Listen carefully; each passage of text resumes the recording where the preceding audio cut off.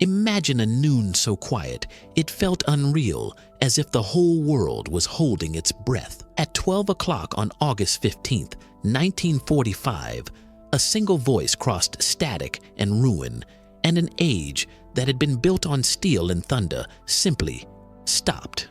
This is not a story of victories or of flags raised high. It is the story of ash and radio waves of men who refused to yield, and a man who finally spoke.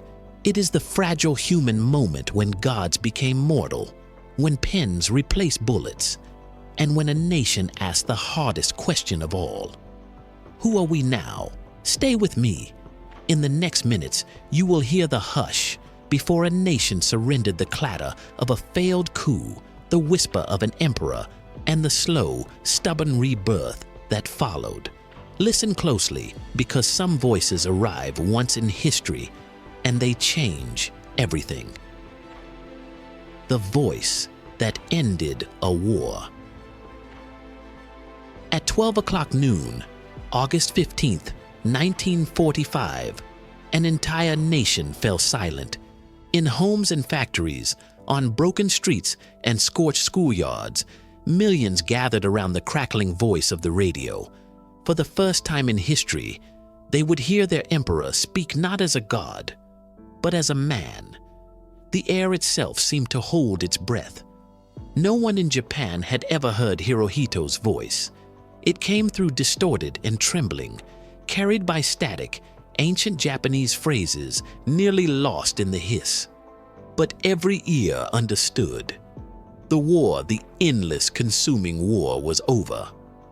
The world had burned for 6 years. Cities turned to ash. Empires crumbled. But in Japan, it ended not with a bang, but with the soft, faltering words of a man once believed to be divine. That single broadcast, the voice of the jewel, marked the collapse of an empire that had ruled by the sword for generations. It marked the surrender of the last Axis power, the fall of militarism, and the end of the bloodiest war in human history. And yet behind that calm, ghostly voice was chaos, fear, rebellion, and desperation. Because before that broadcast, Japan stood on the brink of annihilation. In the summer of 1945, Japan was a shadow of its former self. Once, it had swept across Asia, an empire built on conquest, from Manchuria to Burma, from the jungles of Borneo to the islands of the Pacific. Now it was trapped. Allied bombers roared daily across the skies. 66 cities had already been burned to the ground. In one night, the firebombing of Tokyo, March 1945, over 100,000 civilians died. There was no fuel, no food, and no hope. In the dark halls of Tokyo's war ministry, 6 men, the Supreme War Council, debated their nation's fate. They called themselves the Big Six. Half of them still believed Japan could fight on. Half knew the truth. The war was lost. Foreign Minister Shigenori Togo, quiet and deliberate, spoke for peace. He believed Japan must surrender before total destruction. Opposing him was General Korochika Anami, the war minister, fierce, loyal, and haunted by honor. He could not bear to see Japan humiliated. To him, surrender meant death, not just of the nation, but of its soul. And in the center sat Emperor Hirohito, distant, listening, uncertain. Then came Hiroshima. On August 6, 1945, a single bomb fell, Little Boy. In seconds, the city vanished. 80,000 lives ended in a blinding flash that erased even their shadows. 3 days later, Nagasaki followed. And as if the heavens themselves declared Japan's doom, the Soviet Union, Japan's last neutral neighbor, declared war and invaded Manchuria. The empire crumbled in days. The once feared Kwantung Army, Japan's pride, was swept aside like dust by Soviet tanks. Inside the imperial palace, the debate grew frantic. Ministers shouted, generals slammed fists against polished wood. Could they surrender? Should they fight to the last? Prime Minister Suzuki, looked to the emperor, the one man who could end the argument. And that night, in a decision no emperor had ever made before, Hirohito spoke. He said, "To continue the war would mean the destruction of the nation and the suffering of my people. I cannot bear to see them perish." It was quiet after he spoke, not silence of obedience, but disbelief. Generals wept, some bowed, some refused to look up. The divine voice had chosen peace. By dawn, word spread. Japan would seek surrender, but not all accepted it. In the army barracks, whispers of betrayal began. Young officers murmured that their leaders had lost courage, that the emperor's decision was madness. The nation stood between two forces, loyalty and pride, obedience and rebellion. And as the emperor prepared to record his message to the people, others prepared to stop him. The war was about to end, but for some peace was the ultimate dishonor. Before Japan could surrender, its own soldiers would try to destroy the message that would save it. The night Japan tried to stop peace, Hiroshima vanished in a flash of light. Nagasaki followed, and deep inside Tokyo's war rooms, 6 men argued over the fate of 70 million souls. The city outside was dying, starved, bombed, burning. Yet in the heart of the imperial palace, the Supreme Council still debated whether Japan should surrender or fight to the bitter end. For some, surrender meant dishonor worse than death. For others, it meant mercy, the only way to save what was left of their nation. Prime Minister Suzuki and Foreign Minister Togo urged acceptance of the Allied demand, the Potsdam Declaration.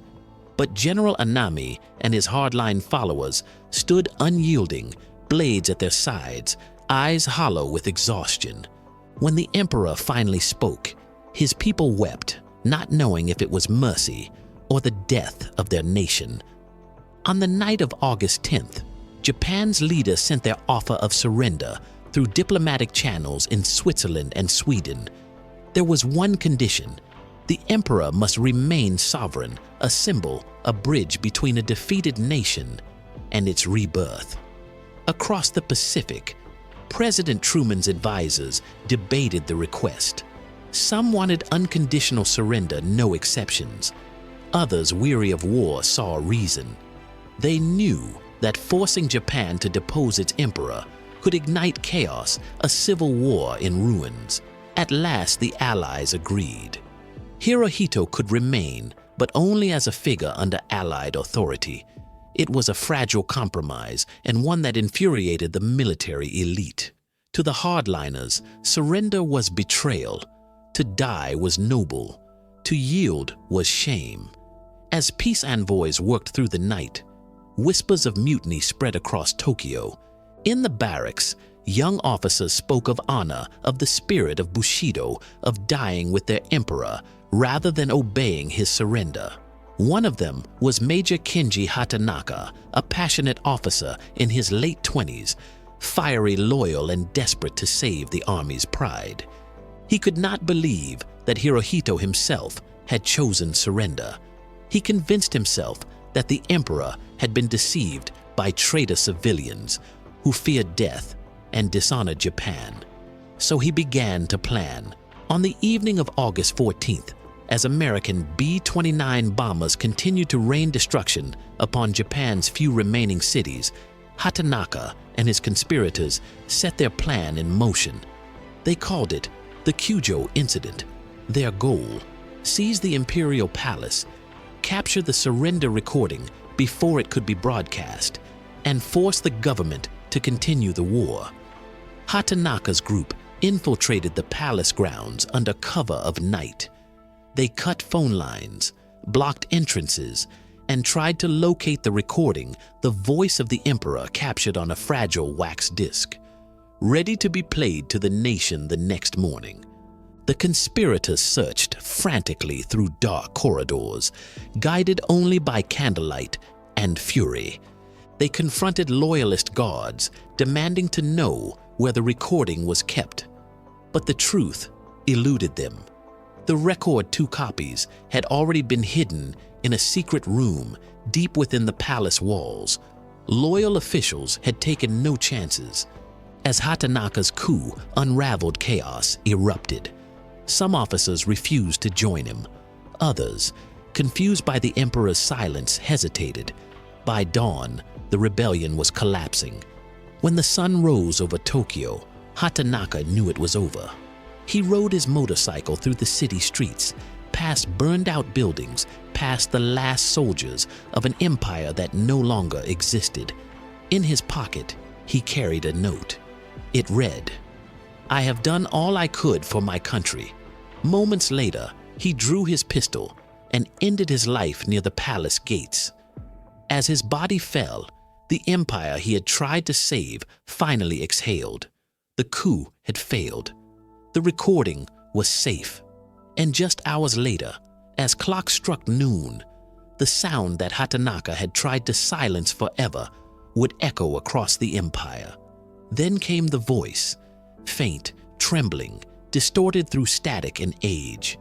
Yet every word carried the weight of centuries. Emperor Hirohito spoke of enduring the unendurable.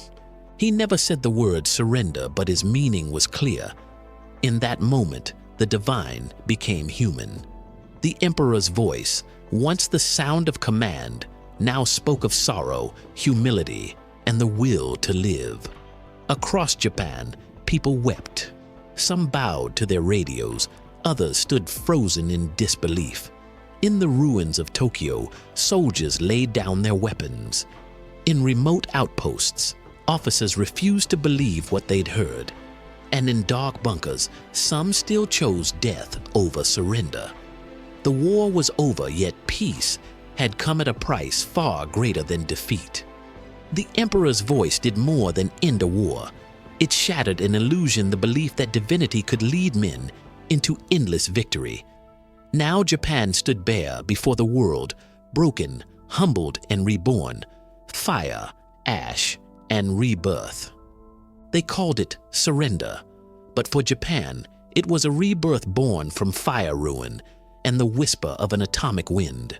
The emperor's broadcast had ended the war, but the echo of that moment lingered like smoke over a charred land. For years, Japan's people had been told they were destined to rule Asia, that their emperor was divine, their army invincible. But now the empire's soldiers were coming home not as conquerors, but as ghosts returning to ruins. Cities once filled with life were piles of gray ash. Rivers glowed with the faint reflection of fires that still burned beneath the rubble. Mothers searched for their children's names among the lists of the dead. And yet, in the silence after destruction, something unexpected began to take shape. Not victory, but survival. For the leaders in Tokyo, surrender was no longer a question. It was the only choice left. But there was one final chapter still to be written, because though the emperor had spoken, his generals had not yet bowed. Across Japan, entire military units had gone silent, isolated, cut off, unsure whether to believe what they'd heard. Some thought the broadcast was enemy propaganda. Others simply refused to listen. In jungles, on islands, and aboard ships, men clung to the only code they knew to fight, until death. It was chaos wrapped in quiet. Inside the imperial palace, Prime Minister Suzuki's cabinet moved quickly. They sent orders through what remained of the communications network. All forces must cease fire. All resistance must stop. The emperor himself signed the surrender decree, and then came the first meeting between conqueror and conquered. On August 19, 1945, a small Japanese delegation boarded a military plane bound for the Philippines. Their destination, General Douglas MacArthur's headquarters. The flight was tense and silent. Below them lay a shattered empire. Ahead, the unknown. When they arrived, they were met by the man who had orchestrated the Allied victory in the Pacific, tall, confident, pipe in hand. MacArthur listened as the Japanese read the Emperor's message aloud, their voices trembling but steady. The general nodded once. The surrender would be formalized in Tokyo Bay. One night, 6 men debated the future of Japan. By dawn, 2 cities no longer existed, and now, aboard an American battleship anchored in Tokyo Bay, pens would replace bullets. It was September 2nd, 1945. The world watched as Japan, the empire that had once sworn never to yield, came forward to sign its final act. The USS Missouri stood majestic and still, flags rippling in the warm morning breeze. American sailors lined her decks in silence. Cameras clicked. The air was heavy with both victory and sorrow.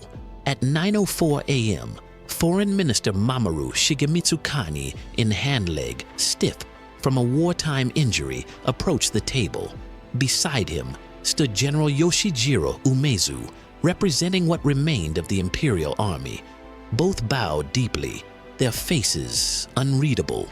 Before them, laid neatly on the table, were 2 documents, one for Japan, one for the Allies. With a steady hand, Shigemitsu signed his name in black ink. Then Umezu followed. It was done. The empire that had begun with a sword ended with a signature. General Douglas MacArthur stepped forward next, representing the Allied powers. His voice rang across the deck, calm but firm. "We are gathered here, representatives of the major warring powers, to conclude a solemn agreement whereby peace may be restored." Behind him stood men from every corner of the world. Britain, China, France, Australia, the Soviet Union, each took a turn signing, their pens gliding over paper, marking the official end of World War II. At 9:08 a.m., it was over. No guns fired, no trumpets sounded, only the whisper of pens and the steady hum of the Pacific tide. And somewhere, perhaps far away, the faint echo of a voice, the Emperor's voice, still lingered in the air. For the survivors of Hiroshima, for the soldiers returning from China, for the mothers who had lost everything the war had left more than ruins. It had left silence, a silence that would take decades to fill. The ceremony aboard the Missouri was not a moment of triumph. It was a moment of reckoning. Behind every salute, every cheer, lay the memory of millions gone, soldiers, civilians, children lost in the fires of empire. But from that loss, something began to stir a will to rebuild, to find meaning beyond conquest. The war that had begun in ambition ended in humility. The nation that had worshipped the sword now faced the task of forging peace. From the ashes of Tokyo's ruins, a new Japan began to rise. Factories that once built bombers would build radios and cameras. Schools that once taught war would teach democracy. And the emperor, no longer a god, but a man, would become the quiet symbol of a nation determined never to walk that path again. The ship that signed peace, and the man who was no longer divine. On a ship anchored in Tokyo Bay, pens replaced bullets, and for the first time in history, peace was signed on the ruins of empire. The ceremony aboard the USS Missouri had ended the war officially finally. But when the ink dried, a new struggle began. General Douglas MacArthur, the tall, stern commander who had guided the Allied victory in the Pacific, now carried a different title, Supreme Commander of the Allied powers. His mission was monumental: to rebuild an entire nation. MacArthur arrived in Tokyo days later, stepping onto the same soil that American bombs had scorched to ash. He was met not with resistance, but with silence, the quiet gaze of a people uncertain of their future, standing among the ruins of their once proud capital. The bombs were only the beginning. What truly ended Japan's war was the voice of the man they called divine. In the months after surrender, that voice, Emperor Hirohito's, would be heard again, not as a commander of armies, but as a man stripped of his divinity. For centuries, Japan's emperors had been regarded as living gods, descended from the sun goddess Amaterasu. Their word was law, their image sacred. But in defeat, that illusion could not survive. On New Year's Day 1946, Hirohito addressed his nation once more. His message was simple yet earth-shaking. The ties between us and our people have always stood upon mutual trust and affection. They do not depend upon myths or legends. With those words, Japan's divine emperor became human. The people listened in silence. Some felt relief that their ruler had chosen humility over pride. Others felt abandoned, betrayed by the man whose divine presence had justified so much sacrifice. For the first time, Japan stood alone, not as an empire, but as a people seeking meaning beyond war. Under Allied occupation, Japan transformed at a breathtaking pace. The once mighty military was dissolved. Weapons were melted into tools. War factories became workshops for peace. The Allies, led by MacArthur, introduced sweeping reforms. Women gained the right to vote. Freedom of speech and press were guaranteed. Schools began to teach democracy instead of obedience. And the new constitution, drafted under Allied supervision, renounced war forever. The document was revolutionary. Article 9 declared that Japan forever renounces war as a sovereign right of the nation. For a country built on the sword, it was a vow unlike any in history. A nation born in fire had promised at last to live in peace. Yet the transformation was not without pain. The soldiers returning from battlefields found themselves without homes, without honor, without purpose. Over 6 million were repatriated from Korea, China, and Southeast Asia. Trains arrived daily, filled with men staring through the windows at cities they no longer recognized. For many, surrender had come too late, not just for the empire, but for their spirits. Some could not bear the shame. They took their own lives believing death still carried more dignity than defeat. Others, men like Lieutenant Hiroo Onoda, refused to believe the war had ended at all. Hiding in jungles they fought on for decades, convinced that surrender was a lie. Onoda would not lay down his rifle until 1974, nearly 30 years after the emperor's voice had called for peace. For ordinary civilians, life in the ruins was a daily test of endurance. Food was scarce. Homes were gone. The black markets thrived as families traded anything they had for rice or bread. Children scavenged among the ashes for bits of charcoal or scraps of metal to sell. But amid the hunger and humiliation, something remarkable began to bloom: resilience. Women returned to schools. Writers, artists, and filmmakers emerged from censorship to rediscover their voices. Factories once silent began to hum again, this time producing sewing machines, bicycles, radios. The roar of warplanes was replaced by the gentle rhythm of recovery. Japan had been reborn, not through conquest, but through survival. Still, not everyone could forgive. In Hiroshima and Nagasaki, the survivors, the Hibakusha, bore scars that never healed. They gathered in quiet prayer each August, remembering the day their cities were erased. Some turned their backs on the emperor when he visited, unable to forget the god who had led them into ruin. Yet even then, Hirohito endured not as a deity, not as a conqueror, but as a symbol, a bridge between the old and the new. From the shadow of surrender, Japan began to find its soul again. Children born in the ruins would grow up to build one of the most peaceful and prosperous nations on earth. And the voice that once commanded war would become a whisper of remembrance, a promise to the future. Shadows, silence, and the birth of tomorrow. In August 1945, Japan stood at the edge of extinction, torn between pride, honor, and survival. The emperor had spoken. The war was over. But what came next was something the world had never seen. A nation that once lived by the sword, learning to build with open hands. The empire dissolved. The banners of conquest from Korea to Taiwan, from Manchuria to Burma, were lowered forever. Soldiers returned home to a country they no longer recognized. The flags of war were gone. The rising sun had dimmed. What remained were ashes, and a single question whispered across the ruins. Who are we now? For years, the answer came in quiet acts of rebuilding. Men cleared rubble from streets where children now played. Women planted vegetables in bomb craters, turning scars into gardens. Factories that once built Zero fighters now forged bicycles, watches, radios, and dreams. The people began to create, not conquer. The cry of Banzai, once shouted for the emperor, faded into memory.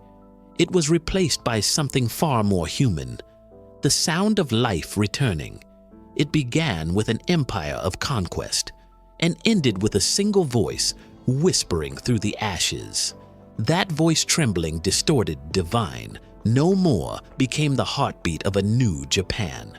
Emperor Hirohito's surrender message still echoed each August as if carried on the wind. His words, "We must endure the unendurable and suffer what is insufferable," became a quiet creed for an entire generation. They endured hunger, they endured shame, and they endured the long, slow climb toward peace. Under Allied occupation, General MacArthur watched a miracle unfold. He had expected resentment, rebellion, even revenge. But what he witnessed was something else, a nation that chose humility over hatred, learning to live again, one breath at a time. Within 7 years, Japan would regain its sovereignty. Within 20, it would become one of the world's great industrial powers. And within 50, the world would look upon it not as a conqueror, but as a builder of technology, of art, of peace. The war had taken everything land pride lives, but it could not take away the human spirit. Beyond Japan, the war's end reshaped Asia itself. In China, civil war erupted once more. In Korea, the 38th parallel divided north and south, setting the stage for a new conflict. And across Southeast Asia, nations long ruled by empires began to rise, determined to claim their own freedom. World War II had ended, but its echoes built the modern world. Still, not all peace was silent. On the floors of the Pacific, rusting ships lay like tombs. In jungles, old battlefields held the remains of soldiers, American, Japanese, Australian, all equal in death. And in the cities of Hiroshima and Nagasaki, survivors carried their stories etched into their skin. Each August, as the cicadas sang, they gathered to remember the morning the sky turned white. To remember the soundless flash that ended one world and began another. They remembered not with anger, but with sorrow and hope. Every year on August 15th, Japan falls silent again. The emperor bows his head at the Yasukuni shrine. Children fold paper cranes for peace. And the people remember not victory, not glory, but the cost of forgetting. They call it Shusen, the war's end. A day of mourning, of silence, of reflection. From the ruins of 1945 rose something no bomb could destroy: the will to change. Japan's defeat became its greatest transformation. The emperor, once a symbol of divine power, became a quiet reminder of humanity's fragility. The people, once bound by conquest, became bound by compassion. And out of the smoldering wreckage of empire came a vow that still echoes today: never again. Factories rebuilt, schools reopened, and the children of the war grew into dreamers, inventors, artists, and peacemakers. Their parents had seen the sky burn. Their children would light the world with neon, with art, with the gentle glow of progress. Japan would stand again not as a warrior nation, but as a bridge between past and future. The surrender was not just the end of a war, it was the end of an age, the death of gods, and the birth of humanity. And in that transformation, Japan found its truest victory. Even now, beneath the calm waters of Tokyo Bay, the ghosts of that day sleep quietly. The Missouri has long since sailed away. Its deck, empty, its papers yellowed with time. But somewhere in the memory of the world, a voice still speaks through the static, the trembling words of an emperor carried across a broken nation, a whisper that ended war, a whisper that began peace, a whisper that reminds us all what it means to be human. And so, the empire that once reached for eternity ended in a whisper. From the ashes of war, Japan rose again, not through conquest, but through courage, compassion, and the quiet vow of never again. The voice that ended a war still echoes through time, not as a command, but as a reminder of how fragile peace can be, and how powerful forgiveness truly is. But tell me, if you were there, standing in that silence on August 15th, 1945, and you heard your emperor's trembling voice say the war was over, would you feel relief or loss? Share your thoughts below, because history isn't just something we remember. It's something we feel.